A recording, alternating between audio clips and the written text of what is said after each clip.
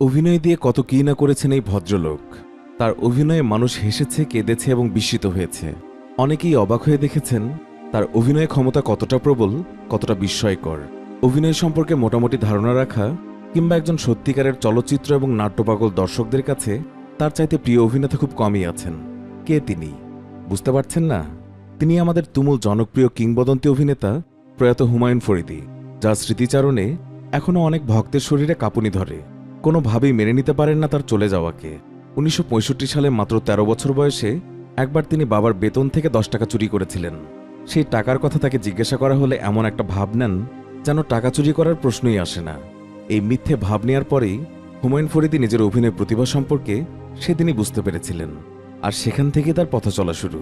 তারপর অর্জন করেছেন কত সম্মান, কত ভালোবাসা। এর মাঝে কিছু আক্ষেপও রয়েছে। আমাদের আজকের আয়োজনে জানব হুমায়ুন ফরিদী সম্পর্কে সেই সকল অজানা তথ্য ও তার জীবনের অনেক অবাক করা গল্প। কিংবদন্তি এই অভিনেতার অভিনয় আপনাকে বিমোহিত করে থাকলে এই ভিডিওটি অবশ্যই শেষ পর্যন্ত দেখবেন। ৫২ ভাষা আন্দোলনের সময় ঢাকার নারিন্দায় জন্মগ্রহণ করেন হুমায়ুন ফরিদী। বাবা এটিএম নুরুল ইসলাম ছিলেন জুরি বোর্ডের কর্মকর্তা। বাবার বদলির চাকরির সুবাদে ফরিদীকে মৌলভীবাজার, ব্রাহ্মণবাড়িয়া, চাঁদপুর, কিশোরগঞ্জ, মাদারীপুর সহ অসংখ্য জেলায় ঘুরতে হয়েছে। তার মা বেগম ফরিদা ইসলাম একজন গৃহিণী ছিলেন। ছোটবেলায় তার ছন্নছাড়া স্বভাবের কারণে ফরিদীকে পাগলা, সম্রাট, গৌতম এরকম বিভিন্ন নামে ডাকা হতো। ছোটবেলায় তিনি ছিলেন খুবই দুরন্ত এবং অস্থির। এক জায়গায় কিছুক্ষণ যেন থাকতেই পারতেন না, আর সারাক্ষণ অনর্গল কথা বলতেন। তিনি কিছুটা বাচাল ধরনের ছিলেন। ছোটবেলায় তিনি হতে চাইতেন ঠিক বাবার মতো। আবার তার খুবই অতিরিক্ত খাওয়ার ইচ্ছে ছিল। তা একবার চিন্তা করেছিলেন যে তিনি বড় হয়ে একজন বাবুর্চি হবেন, কিন্তু তা আর সম্ভব ছিল না। তার পকেট খরচের চেয়ে সিনেমার টিকিটের দাম বেশি হওয়ার কারণে তিনি একবার এও চিন্তা করেছিলেন যে সিনেমা হলের গেটকিপার হওয়া যাক। সেই সময় ১০-১১ বছর বয়সে তার মাথায় এইসব উল্টোপাল্টা চিন্তায় ঘুরে বেড়াত। প্রাথমিক শিক্ষা নিজগ্রাম কালীগঞ্জে। Madaripur united Islamia government high school থেকে পাশ করে চাঁদপুর সরকারি কলেজে তিনি ভর্তি হয়েছিলেন। এরই মাঝে ৭ম শ্রেণীতে পড়ার সময় এক গার্লস স্কুলের শিক্ষিকার প্রেমে পড়ে যান তিনি। অদ্ভুত এর চিন্তাভাবনা, তাই নয় কি? ১৯৭০ সালে ইন্টারমিডিয়েট পাশ করে তিনি ঢাকা বিশ্ববিদ্যালয়ে অর্গানিক কেমিস্ট্রিতে ভর্তি হলেন। এলো ৭১, চলে গেলেন যুদ্ধে। ৯ মাসের যুদ্ধের পর লাল সবুজের পতাকা নিয়ে ঢাকায় ফিরলেও ঢাকা ভার্সিটিতে আর ফেরা হয়নি। টানা ৫ বছর বোহেমিয়ান জীবন কাটিয়ে শেষে অর্থনীতিতে অনার্স এবং মাস্টার্স করেছেন জাহাঙ্গীরনগর বিশ্ববিদ্যালয় থেকে। এমএ পাশ করে বের হওয়ার পর কিছুদিন ব্যবসা এবং চাকরির চেষ্টাও করেছেন, কিন্তু সেখানে উৎকোচ দিতে হয়। আর তাই তো তিনি ফিরে এসেছিলেন অভিনয়ে। এর আগে ১৯৬৪ সালে মাত্র ১২ বছর বয়সে কিশোরগঞ্জে এক মহল্লার নাটক এক কন্যার জনক নামে একটি নাটকে তিনি প্রথম অভিনয় করেছিলেন। রক্তে ছিল তার অভিনয়। সূর্যের মতো তিনি যে একদিন আলো ছড়াবেনই এ তো জানাই ছিল। ১৯৭৬ সালে নাট্যজন সেলিম আল দিনের উদ্যোগে জাহাঙ্গীরনগর বিশ্ববিদ্যালয়ে শুরু হয় নাট্যোৎসব। হুমায়ুন ফরিদী ছিলেন এর অন্যতম প্রধান সংগঠক। এই উৎসবে ফরিদীর নিজের রচনা এবং নির্দেশনায় মঞ্চস্থ হয় আত্মস্থ ও হিরুণময়ীদের বৃত্তান্ত সেরা হিসেবে বিবেচিত হয়েছিল। এরপর ঢাকা থিয়েটারে শকুন্তলা, ফণিমনসা, কীর্তনখোলা, কেরামত মঙ্গল, মুনতাসির ফ্যান্টাসি এবং ভূতের মতো তুমুল জনপ্রিয় মঞ্চনাটকে অভিনয়ের মাধ্যমে তিনি রীতিমতো ঢাকা থিয়েটারের একজন প্রাণভোমরা হয়ে ওঠেন আর বনে যান সে সময়ের মঞ্চনাটকের অদ্বিতীয় ব্যক্তি। নাট্যপাড়ায় হুমায়ুন ফরিদী তখন শক্তিমানদের একজন, আর বিশ্ববিদ্যালয়ে ছাত্র থাকাকালীন সময়ে তিনি সেলিম আল দিনের অত্যন্ত কাছের মানুষে পরিণত হয়েছিলেন। আতিকুল ইসলাম চৌধুরীর নিখোঁজ সংবাদ নাটকের মাধ্যমে টিভি নাটকে তার অভিষেক হয়েছিল।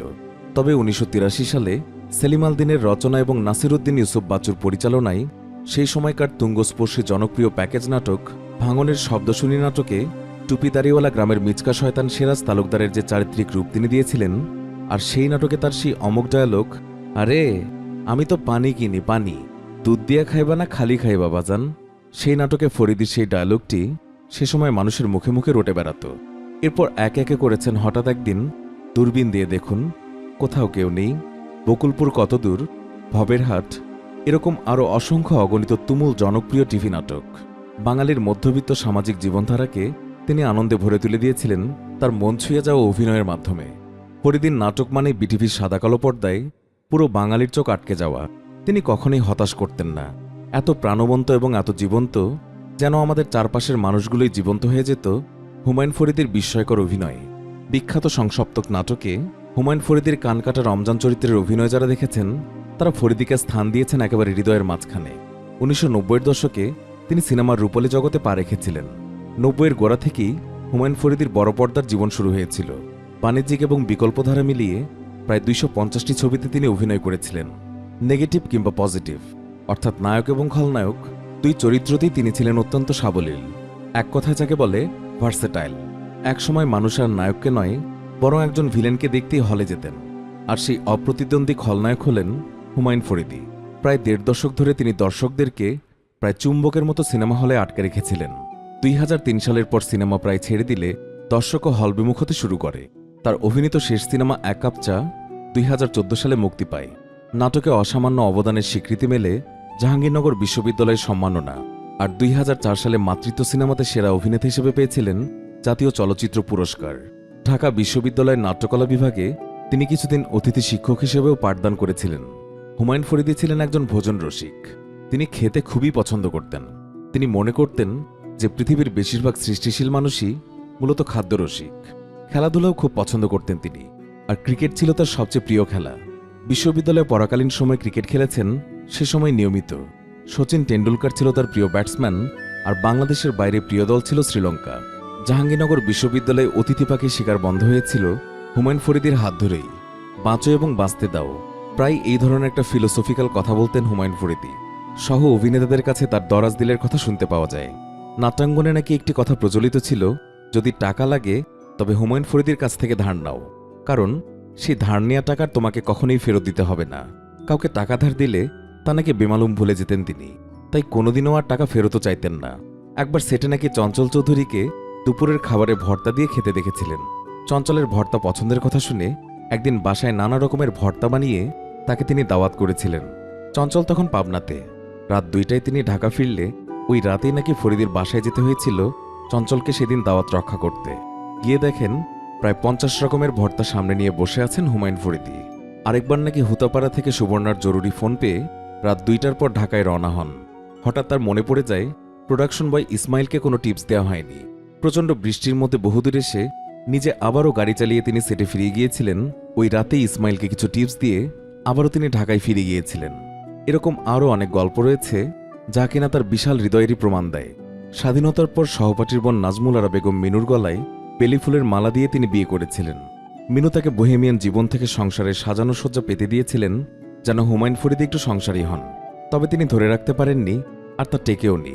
প্রথম প্রেমের সেই মালা ছিঁড়ে অতঃপর তিনি সুবর্ণ মোস্তফার গলায় মালা পরিয়েছিলেন।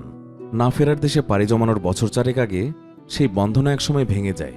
সেই বন্ধনও আর টেকেনি। টিকে থাকে শুধু সারারাত ইসলাম দেবজানি, ফরিদী মিনুর ভালোবাসার বেলিফুল একমাত্র কন্যা। আমরা যারা 90 দশকের সিনেমা দর্শক, তারা যেন ফরিদীর একটু বেশিই ভক্ত। রেডিওতে তখন গাজী মাঝারুল আনোয়ারের কণ্ঠে সদ্য মুক্তি পাওয়া সিনেমার কথা শুনতাম। মাঝে মাঝে হুমায়ুন ফরিদীর ডায়লগ শোনানো হতো। রেডিওতে ফরিদীর নাম শুনলেই সে সময় সবারই কান উৎকর্ণ হয়ে উঠত। নিকটবর্তী হলে সেই সিনেমা আসলেই সবাই যেন হামলে পড়তাম আমরা। মনে পড়ছে একটি সিনেমায় অসংখ্যবার ফরিদীর সংলাপ ছিল, আরে মাফ দে রে মাফ দে, লাশের মাফ দে। ভিলেন হিসেবে কোনো শত্রুর চেহারা মনে পড়লেই চোখ দুটো কাঁচের গুলির মতো ঘোরাতেন আর খ্যাস খ্যাস করে হাসতে হাসতে বলতেন, আরে মাফ দে রে মাফ দে, লাশের মাফ দে। অসংখ্য সিনেমার ডায়লগ মনে পড়ছে, কিন্তু সেসব আর উল্লেখ করার যথেষ্ট পরিসর কোথায়। একান্ত ব্যক্তিগত জীবনে অসম্ভব অভিমানী এই শিল্পী জীবনকে পিষে ঘষে পুড়িয়ে জীবনকে ধরে রাখার চেষ্টা করে গেছেন। এখনও দুচোখ বন্ধ করলেই তার অট্টহাসিতে কাঁচ ভাঙার শব্দ শুনি। বিস্ময়ে জাগানিয়া অভিনেতা হুমায়ুন ফরিদী সত্যি এখনও আমাদেরকে ঘোরের মধ্যে নিয়ে যান। এমন ক্ষমতা কজনের আছে বা কজনেরই থাকে। তিনি বিশ্বাস করতেন বন্ধুত্বের কোনো বয়স হয় না, সবাই ছেড়ে যায় কিন্তু বন্ধুরা থেকে যায় আজীবন। তিনি স্টাইল করতেন নিজের মতো, কখনো শার্ট ইন করা বা গুটিয়ে পড়তেন না। দিন যায়, মাস যায়, বছর পেরোয়। মিডিয়া জগৎ থেকে টেলিভিশন, সিনেমার পর্দা থেকে মঞ্চের রহস্যময় দুনিয়া, সব জায়গাতেই তার অনুপস্থিতি যেন দিন দিন তীব্র হয়ে উঠছে। জাহাঙ্গীরনগরের মুক্তমঞ্চ, বেইলি রোডের নাটকপাড়া, এফডিসির রংমহল, সবকিছুই হুমায়ুন ফরিদী ছাড়া খাঁখা করছে। তিনি ঠাঁই নিয়েছিলেন কোটি ভক্তের হৃদয়ে এবং তাদের মগজে এবং মননে। ফরিদী আছেন পৃথিবীর সমস্ত নাট্যমঞ্চের ড্রেসিং রুমে আর পাটাতনে। আছেন তিনি রূপালী পর্দার আড়ালেও, আর থাকবেন তিনি অনন্তকাল। তিনি তার 60তম জন্মদিনে শেক্সপিয়রের কিং লিয়ারে অভিনয়ের বাসনা ব্যক্ত করেছিলেন, কিন্তু সেই বাসনার পূর্ণ হয়নি। 60 বছর পূর্ণ হবার আগেই বহু অজানা এবং অপূর্ণ বাসনা নিয়ে তাকে চলে যেতে হয়েছে সেই না ফেরার দেশে। দেশের সিনেমা নাটক নির্মাণ জগতের বোদ্ধারা কেউ কেউ দাবি করেন যে প্রযুক্তির সর্বোচ্চ ব্যবহার করে নির্মাণের কারিশমা দিয়ে সে সময় যদি ফরিদিকে পরিপূর্ণভাবে ব্যবহার করা যেত, তবে উপমহাদেশের শীর্ষ সারির একজন অভিনেতা হিসেবে শুধুমাত্র তার নামটি সমুজ্জ্বল হয়ে থাকত। সহজ সরল এই অভিনেতার জন্ম হয়েছিল 1952 সালের 29শে মে, আর তার প্রস্থান হয়েছিল 2012 সালের 13ই ফেব্রুয়ারি। আদতে তার মতো কিংবদন্তির কি মৃত্যু আছে? তিনি তো বেঁচে থাকবেন তার জন্য টিভি সেটের সামনে বসা কোটি কোটি মানুষের হৃদয়ে। প্রিয় ভিউয়ার্স, কোটি কোটি মানুষের মাঝে একজন সেই হুমায়ুন ফরিদি, আপনার অন্তরে কি তিনি আজও বেঁচে রয়েছেন? কতটা মিস করেন কিংবদন্তি এই অভিনেতাকে, তা কমেন্ট করে আমাদেরকে জানাতে ভুলবেন না। এমনকি তার অভিনীত কোন নাটক কিংবা সিনেমা কিংবা কোন চরিত্রের কথা আপনার সবচেয়ে বেশি মনে পড়ছে, তা জানিয়ে আমাদেরকে কমেন্ট করুন। বাংলা চলচ্চিত্রে ও নাট্যাঙ্গনে প্রভাবশালী এই অভিনেতার জীবনের কথা নিয়ে আমাদের এই ভিডিওটি যদি আপনাদের ভালো লেগে থাকে, তাহলে অবশ্যই লাইক দিন এবং শেয়ার করুন। আরও এমনি তারকাদের জীবনের কথা ও নানা রকম অজানা তথ্য জানতে আমাদের চ্যানেলটি সাবস্ক্রাইব করে আমাদের সাথেই থাকুন।